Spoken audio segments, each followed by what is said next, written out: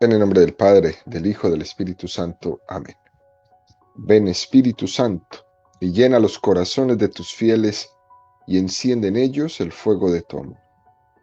Envía tu Espíritu Creador, y se renovará la faz de la tierra.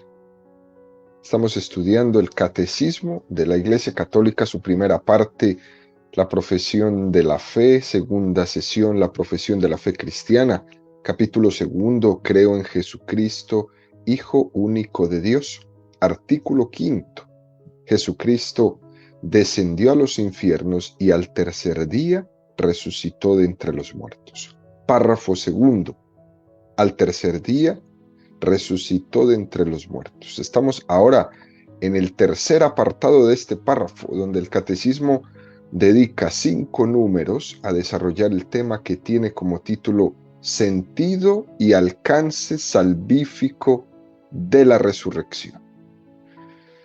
Número 651 del Catecismo de la Iglesia dice: si no resucitó Cristo, vana es nuestra predicación, vana también vuestra fe. La resurrección constituye, ante todo, la confirmación de todo lo que Cristo hizo y enseñó. Todas las verdades, incluso las más inaccesibles al espíritu humano, encuentran su justificación si Cristo, al resucitar, ha dado la prueba definitiva de su autoridad divina según lo había prometido. Número 652. La resurrección de Cristo es cumplimiento de las promesas del Antiguo Testamento y del mismo Jesús durante su vida terrenal. La expresión según las Escrituras y el símbolo niceno-constantinopolitano indican que la resurrección de Cristo cumplió estas predicciones. Número 653. La verdad de la divinidad de Jesús es confirmada por su resurrección. Él había dicho: cuando hayáis levantado al Hijo del Hombre, entonces sabréis que yo soy. La resurrección del crucificado demostró que verdaderamente Él era yo soy, el Hijo de Dios y Dios mismo. San Pablo pudo decir a los judíos: la promesa hecha a los padres, Dios la ha cumplido en nosotros al resucitar a Jesús, como está escrito en el Salmo 1. Hijo mío eres tú, yo te he engendrado hoy. Número 654. Hay un doble aspecto en el misterio pascual. Por su muerte nos libera del pecado. Por su resurrección nos abre el acceso a una nueva vida. Esta es, en primer lugar, la justificación que nos vuelve a la gracia de Dios, a fin de que, al igual que Cristo fue resucitado de entre los muertos, así también nosotros vivamos una nueva vida. Consiste en la victoria sobre la muerte y el pecado y en la nueva participación en la gracia. Realiza la adopción filial, porque los hombres se convierten en hermanos de Cristo, como Jesús mismo llama a sus discípulos después de su resurrección. Id, avisad a mis hermanos. Hermanos, no por naturaleza, sino por don de la gracia, porque esta filiación adoptiva confiere una participación real en la vida del Hijo único, la que ha revelado plenamente en su resurrección. Y por último, el número 655, la resurrección de Cristo y el propio Cristo resucitado es principio y fuente de nuestra resurrección futura. Cristo resucitado de entre los muertos como primicias de los que durmieron. Del mismo modo que en Adán mueren todos, así también todos revivirán en Cristo. En la espera de que esto se realice, Cristo resucitado vive en el corazón de sus fieles. En Él, los cristianos saborean los prodigios del mundo futuro, y su vida es arrastrada por Cristo al seno de la vida divina, para que ya no vivan para sí los que viven, sino para aquel que murió y resucitó por ellos. Bueno, son 5 números seguidos preciosos que nos presenta el catecismo en esta mañana, queridos amigos. Fíjense que cuando hablamos del sentido salvífico, el alcance salvífico de la resurrección, tenemos que decir que la transformación que se ha experimentado en Jesús en su humanidad al resucitar se comunica a la humanidad entera. Lo que ha ocurrido en Jesucristo no solo es para Él, sino para extenderlo a toda la humanidad. Recuerden que el día de ayer en la catequesis comentamos la carta a los Romanos 1, 3, 4. Jesús ha sido constituido Hijo de Dios con poder. La humanidad de Jesucristo desde la encarnación, por ese abajamiento, por esa humillación, esta humanidad está descubriendo, pero al mismo tiempo velando y ocultando la divinidad, la filiación divina de Jesucristo. Lo que ocurre es que en el momento de la resurrección, el Mesías es entronizado en su gloria. En el momento de la resurrección, ya Jesús no va a venir como un bebé. Eso no volverá a pasar. A Jesús nadie nunca le volverá a poner un dedo encima. Vendrá como Mesías, no como bebé. Vendrá como Dios, no oculto en hombre, no oculto en carne. Al encarnarse, el Hijo comunicaba su filiación divina en su naturaleza carnal. Pero antes de la resurrección, esa filiación divina no había podido penetrar plenamente en la naturaleza humana de Jesús. Estaba como despojada de humanidad de Jesús esa gloria, de esos privilegios de la gloria divina. Pero voluntariamente había renunciado a ello.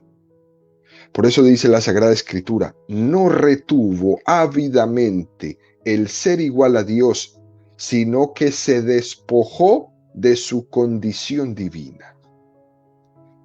La glorificación de la humanidad de Jesús en la resurrección es como la encarnación perfecta. Lo humano y lo divino se funden en una sola cosa. Como ya hemos dicho en algunas ocasiones, es transformación que tiene lugar en Jesús y está destinada a ser comunicada a la humanidad entera. Esto es un regalo tremendo para todos nosotros. La humanidad de Cristo se inaugura en Él, la condición gloriosa del mundo. Es más, ese cuerpo resucitado de Cristo es el principio, la fuente por el cual será comunicada a los hombres la vida divina. De Cristo glorificado, queridos amigos, procederá toda gracia y toda santidad. Y vamos a exponer 3 aspectos de la resurrección que nos presentan estos números del catecismo que acabamos de leer. Primer aspecto de la resurrección es: la resurrección de Cristo es el principio de una vida nueva para nosotros. Vida nueva en el sentido moral y en el sentido espiritual, no en el físico. En el físico estamos aquí. Es posible, queridos amigos, que nos cueste entender un poquito menos esto del sentido moral, ¿no? pero nos lo explica Colosenses 3:1-2. Así pues, si habéis resucitado con Cristo, buscad las cosas de arriba, donde está Cristo sentado a la diestra de Dios. Aspirad a las cosas de arriba, no a las de la tierra. Vivir en gracia es ser resucitado con Cristo. A veces no valoramos el don tan grande que es vivir en gracia, estar resucitado en Cristo.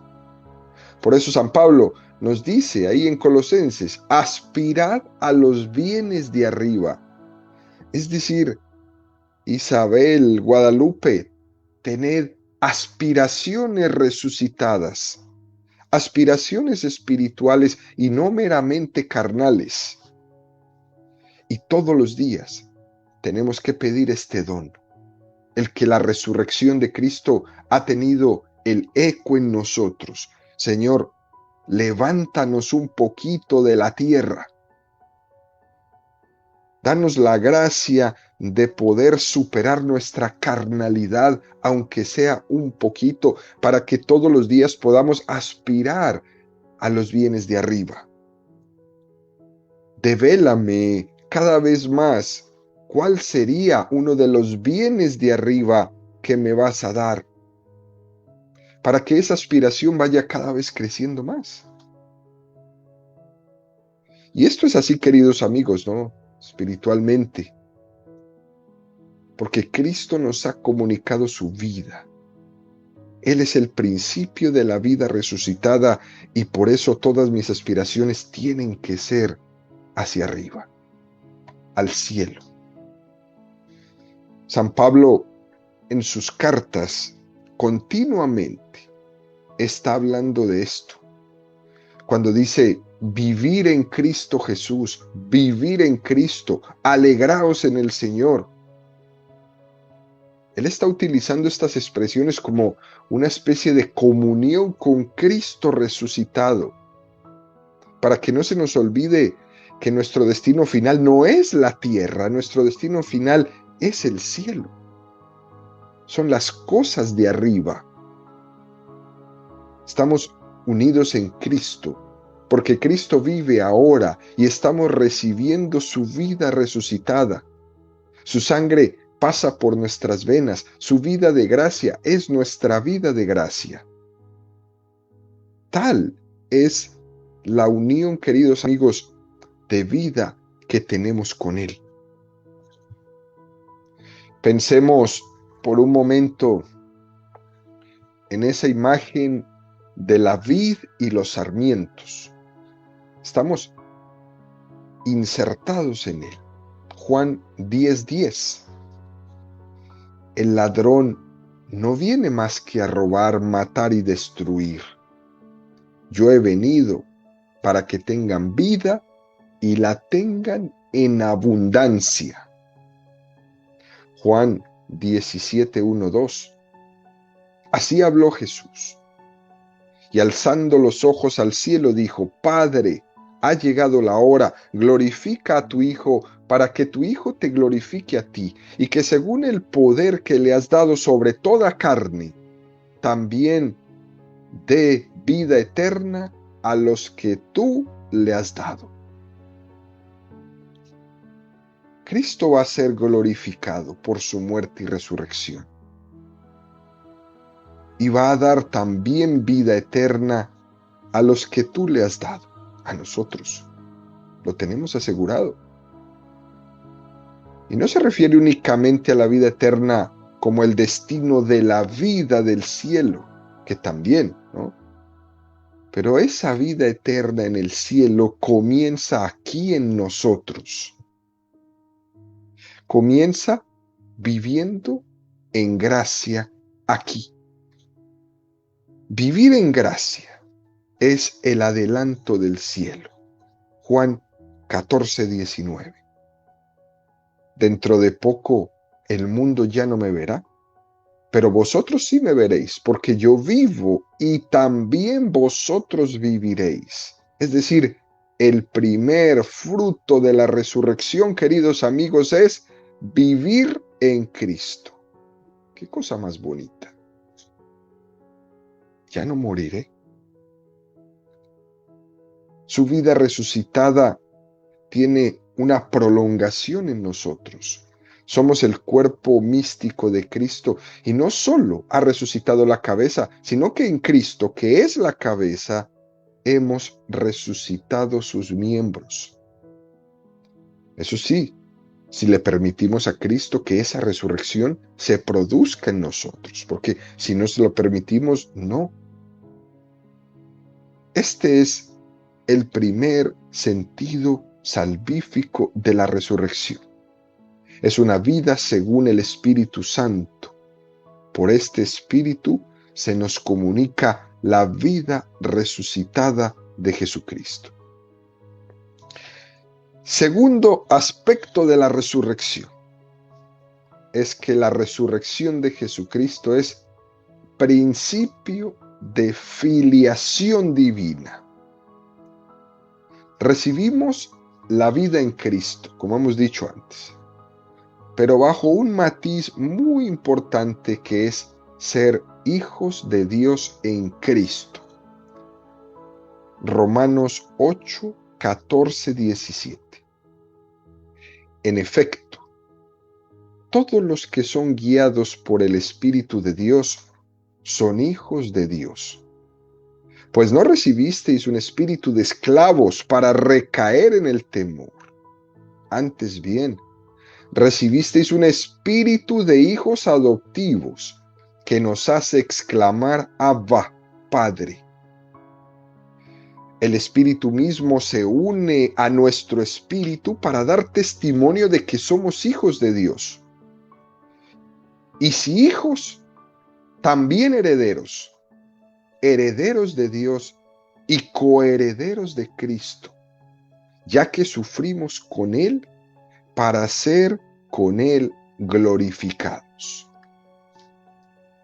Un texto precioso que nos presenta San Pablo en esta carta a los romanos. Yo no solamente soy hijo, sino que soy hijo en el Hijo. Y si soy hijo en el Hijo, soy heredero. Hemos sido glorificados en la filiación divina. Y si soy heredero, quiere decir que el cielo también es mío. Podríamos utilizar nuevamente la imagen de un injerto en un árbol. Todos nosotros, por la resurrección de Cristo, hemos sido injertados en esa relación que tiene el Hijo con el Padre.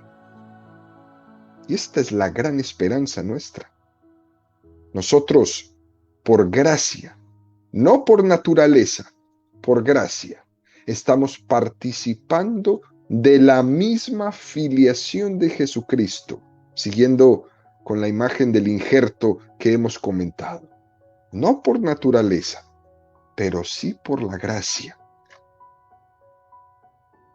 En ese injerto, la rama que está injertada en el árbol corre la misma vida. La misma savia que corre por el tronco principal va a correr por esa rama que ha sido injertada y le va a dar vida y la va a hacer suya, propia del árbol. La misma relación que hay entre el Hijo Jesucristo y el Padre Dios es la nuestra. No nos correspondía estar ahí, pero por la gracia hemos sido injertados. Por eso mi regalo número 1 tiene que ser vivir en gracia. Y si no la estoy viviendo, debo de hacer todo lo posible por cuanto antes recuperarla, poner enfrente del Señor todos los medios posibles, que quede en nuestra conciencia que ha sido todo nuestro esfuerzo para poder vivir en gracia. Primera de Pedro 1, 3, 4. Bendito sea el Dios y Padre de nuestro Señor Jesucristo, quien por su gran misericordia, mediante la resurrección de Jesucristo de entre los muertos, nos ha reengendrado a una esperanza viva, a una herencia incorruptible, inmaculada e inmarcesible, reservada en el cielo para vosotros. Fijémonos que la resurrección es el medio, queridos amigos, pero qué belleza todo esto que menciona San Pedro en esta carta. Nos ha reengendrado en una esperanza viva, en una herencia incorruptible, inmaculada, inmarcesible, reservada. Qué amor más personal el que ha tenido Dios con nosotros en la resurrección de Jesús. Cuando uno entra a un restaurante y dice reservado para, pues tú te sientes muy importante porque todas las mesas están quizás a disposición, pero esa no está a disposición de nadie porque está reservada para ti. Así está el cielo, reservado en los cielos para nosotros. Qué cosa más bonita. Si el cielo está reservado para mí, ¿cómo no voy a querer cielo? ¿Cómo no voy a querer cielo? Fruto de esta verdad, de que por la resurrección hemos sido injertados en esa filiación divina. En los evangelios ponen en boca de Jesús la palabra hermanos tras la resurrección. Es muy curioso, muy curioso. Jesús no nos llama hermanos en ningún momento antes de la resurrección. De la boca de Jesús nunca sale la palabra hermano antes de la resurrección, sino después de la resurrección es que Jesús llama por primera vez a sus discípulos hermanos. Antes nunca. Juan 20, 16, 17. Jesús dice, María. Ella se vuelve y le dice en hebreo, Rabuni, que quiere decir maestro. Díctele Jesús, no me toques, que todavía no he subido al Padre. Pero vete donde mis hermanos y diles, subo a mi Padre y a vuestro Padre, a mi Dios y a vuestro Dios. Ese es el momento donde Jesús nos llama hermanos. Qué cosa más bella. Pero nos está llamando hermanos en el momento que está subiendo al Padre y está diciendo, subo a mi Padre y como ahora eres mi hermano, es también vuestro Padre. Subo a mi Dios, pero también es vuestro Dios. Y Jesús hace esta diferenciación muy interesante. Él no dice, subo a nuestro Padre, no, Él dice, subo a mi Padre y vuestro Padre. Es decir, Dios es mi Padre primero. Yo soy su Hijo único, pero también es vuestro Padre en cuanto que sois adoptados. Jesús hace muy bien esa diferenciación. El Hijo único soy yo. Ustedes adoptados, pero son bienvenidos. Subo a mi Dios y a vuestro Dios. También hace la diferenciación muy clara. Pero también son bienvenidos. Mateo 12, 47, 50. Alguien le dijo, oye, ahí fuera están tu madre y tus hermanos que desean hablarte. Pero él respondió al que se lo decía, ¿quién es mi madre y quiénes son mis hermanos? Y extendiendo su mano hacia sus discípulos dijo, estos son mi madre y mis hermanos. Todo el que cumpla la voluntad de mi Padre Celestial, ese es mi hermano y mi hermana y mi madre. Jesús no se comprometió con ninguno ahí. Cosa muy diferente que nos decía el texto anterior de Juan 20, 16, 17, cuando Jesús le dice exactamente a quién, ve donde mis hermanos. No está diciendo, ve donde todos los que cumplen la voluntad de Dios. No, no, no. Le está diciendo, ve donde Pedro, donde Santiago, donde Juan, donde Bartolomé, a ellos, donde mis hermanos. Muy específico. Esto que nos dice el Evangelio de Mateo, estos son mi madre y mis hermanos, todo el que cumpla la voluntad de mi Padre Celestial, está dicho antes de la resurrección. Pero está dicho en sentido metafórico, no está dicho en un sentido propio.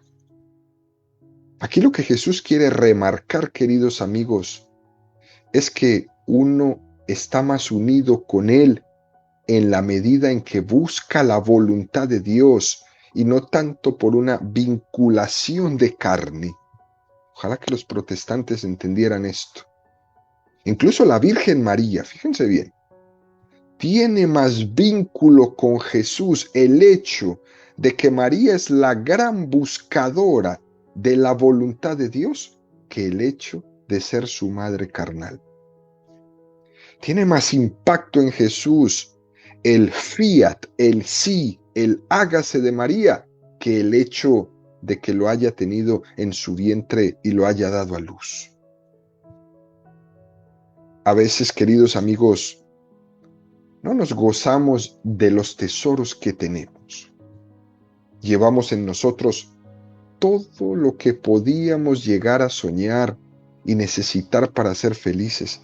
Y en vez de disfrutarlo, estamos añorando otras pequeñeces, sin gozar del tesoro que tenemos, que es el de vivir en Cristo Jesús. El tesoro que tenemos, que es el de saber que somos hijos de Dios por la resurrección de Jesucristo. El tesoro que tenemos de saber que hay un lugar en el cielo para mí. Del tesoro que tenemos de saber que el cielo me está esperando con los brazos abiertos. Y nosotros, muchas veces en nuestra vida, dejamos este tesoro que tenemos a un lado y nos vamos a buscar pequeñeces, miserias, que nos llevan solamente a satisfacer nuestros placeres carnales y que nos dejan muy, pero muy apegados a la tierra. Y el tercer aspecto de la resurrección es que la resurrección de Jesucristo es el fundamento de la resurrección corporal nuestra.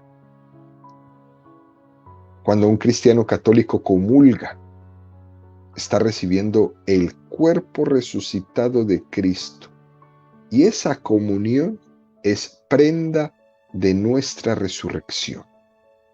1 Corintios 15, 20, 22. Pero no. Cristo resucitado de entre los muertos como primicias de los que durmieron. Porque habiendo venido por un hombre la muerte, también por un hombre viene la resurrección de los muertos. Pues del mismo modo que en Adán mueren todos, así también todos revivirán en Cristo. A Cristo se le llama en la Sagrada Escritura el primogénito de entre los muertos. Eso quiere decir que detrás de Jesucristo vinieron los hermanos menores. Cristo es la inauguración de la resurrección. Y como existe un cuerpo místico unido al de Cristo, que somos nosotros, la resurrección de la cabeza, que es Cristo, se va expandiendo a todo el cuerpo en cada uno de nosotros. 1 Corintios 15, 35, 36. Pero alguno dirá, ¿cómo resucitan los muertos? ¿Cómo? ¿Con qué cuerpo vuelven a la vida? Necio, lo que tú siembras no revive sino muere. Y lo que tú siembras no es el cuerpo que va a brotar, sino un simple grano de trigo, por ejemplo, o de alguna otra planta. Así que hace una imagen de lo que ocurre en la muerte y en la resurrección. Igual como Jesús, si el grano de trigo no cae en tierra y no muere, queda él solo. Pero si muere, da mucho fruto. Eso que dijo Jesús se refiere a su propia muerte y resurrección. Y también se puede referir a nosotros.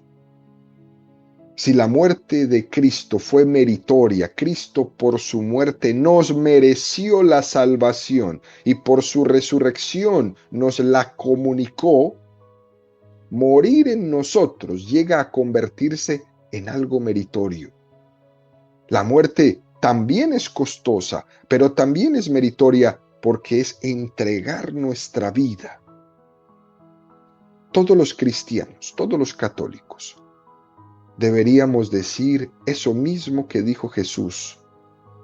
A mí nadie me quita la vida, yo la doy voluntariamente, yo la entrego al Padre. Nosotros deberíamos repetir esas palabras en nuestra oración delante de Dios. Jesús, no es que me quites la vida, es que te la entrego voluntariamente. Cuando vengas a buscarme, no vas a venir como ladrón. Quiero yo salir a tu encuentro, quiero yo entregarte mi vida. La muerte para los católicos llega a ser entonces algo meritorio. También nos cuesta, evidentemente, ¿no? Porque tenemos esta tendencia a la carne. Pero es como el grano de trigo. Si nosotros no morimos, no recibimos la glorificación de la resurrección. Nuestro destino lo vemos en Jesús. Cada vez que asomamos nuestra mirada a los evangelios, es como un espejo. Lo que vemos en ellos es nuestro destino, la resurrección. Algunas personas hacen el comentario fácil, ¿no? E incluso inadecuado, de decir de que nadie ha vuelto del otro lado a contarnos lo que pasa allí. Porque es que en Jesús vemos nuestro destino. Por eso nosotros no necesitamos que nadie nos diga o nos cuente qué es lo que hay en la otra vida, porque es que Jesús es nuestro destino. Estamos destinados a morir para dar fruto, para poder tener una vida resucitada, y eso me lo presenta Jesús. Cada vez que tomamos la comunión, estamos preparando nuestra resurrección. El que come mi carne y bebe mi sangre tiene vida eterna. Ahí está la resurrección. La vida eterna comienza ya aquí, en la vida de gracia, alimentada por la comunión de la Eucaristía. Y vamos a recibir este mismo anuncio. Y yo le resucitaré en el último día. Tal y como lo dice, como nos lo dijo el Catecismo en el número 652. La resurrección de Cristo es el cumplimiento de la promesa del Antiguo Testamento. 1 Corintios 15:4, que fue sepultado y que resucitó al tercer día, según las Escrituras. Este término nos resulta muy familiar porque incluso ha sido incorporado en el credo del Concilio de Nicea, ese credo largo que le llamamos el credo niceno-constantinopolitano. Ahí lo decimos. Había una expectación que era acerca de quién era el Mesías esperado. Era necesario, para reconocer a ese Mesías verdadero y distinguirlo de los falsos, que el Mesías verdadero diera pleno cumplimiento a las Escrituras de todo lo anunciado y prometido en el Antiguo Testamento, y Jesús lo hizo. Fijémonos cómo Jesús le dice a los discípulos de Emaús: ¿no os dais cuenta de que era necesario que el Mesías padeciese según estaba escrito en las Escrituras? Y volvemos a remarcar: de que la resurrección de Jesucristo es el cumplimiento de todo lo prometido en las Sagradas Escrituras, incluso lo profetizado por Jesús mismo cuando dijo: el Hijo del Hombre va a ser entregado a la muerte y resucitará al tercer día. Dado que la Sagrada Escritura es inspirada por Dios, la divinidad de Jesucristo, y si Cristo es Dios, da cumplimiento a las promesas. Dios da cumplimiento a lo que Él mismo inspiró. En la resurrección también descubrimos la divinidad de Jesús. Es verdad que Jesús hizo milagros, pero estos milagros se hubieran quedado únicamente en cientos signos salvíficos que hizo con los demás. Pero si no los hubiera hecho consigo mismo, entonces la pregunta que le hacen sería muy válida. ¿Este que salvó a los demás no podía salvarse a sí mismo? Esa sospecha que salió ahí al pie de la cruz, que este Viernes Santo la vamos a escuchar en el Vía Crucis, cuando a Jesús le dicen: este que salvó a tantos, que curó a tantos, ¿no podía salvarse a sí mismo? Tenía toda su razón de ser. Si no se puede salvar a sí mismo, parece que su divinidad y su principio salvífico queda como limitado. Por eso la resurrección. Por eso la resurrección es la plena confirmación de la divinidad de Jesucristo. Claro que salvé a los demás y claro que también lo hago conmigo mismo. No era posible que la muerte contuviera al autor de la vida, y resucita. Dios es un Dios de vida, y el culmen de este principio podríamos decir: y Dios ha dado muerte a la muerte con su resurrección.